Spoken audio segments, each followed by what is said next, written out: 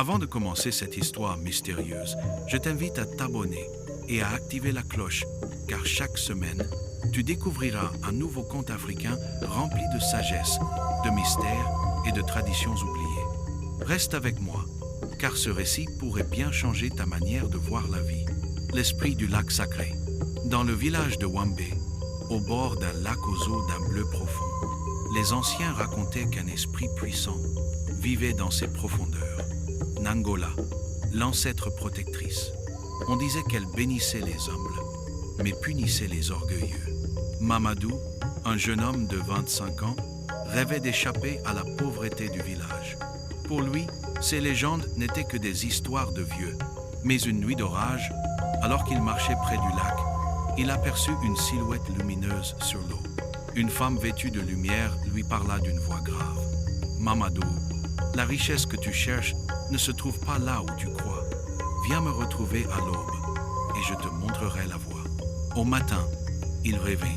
L'esprit lui tendit une perle noire étincelante. « Si tu la gardes pour toi, tu auras fortune, mais tu connaîtras la solitude.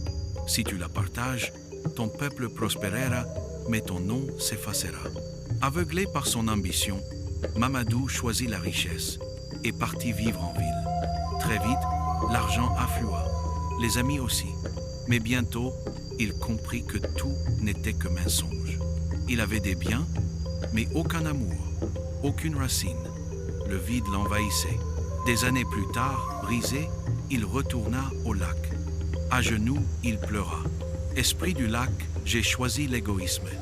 Pardonne-moi. » Nangola réapparut, triste, mais douce. Le véritable trésor n'est pas ce que tu prends, mais ce que tu donnes. Remets la perle à la terre, et tu comprendras. Mamadou déposa la perle dans l'eau. Aussitôt, une pluie fine se mit à tomber, nourrissant les champs. Les récoltes prospérèrent, et le village connut une abondance jamais vue.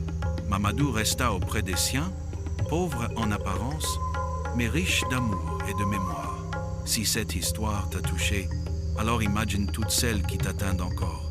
Abonne-toi maintenant, laisse un like et partage ce conte pour que la sagesse africaine continue de vivre à travers nous. Car les histoires voyagent, mais c'est toi qui leur donnes des ailes.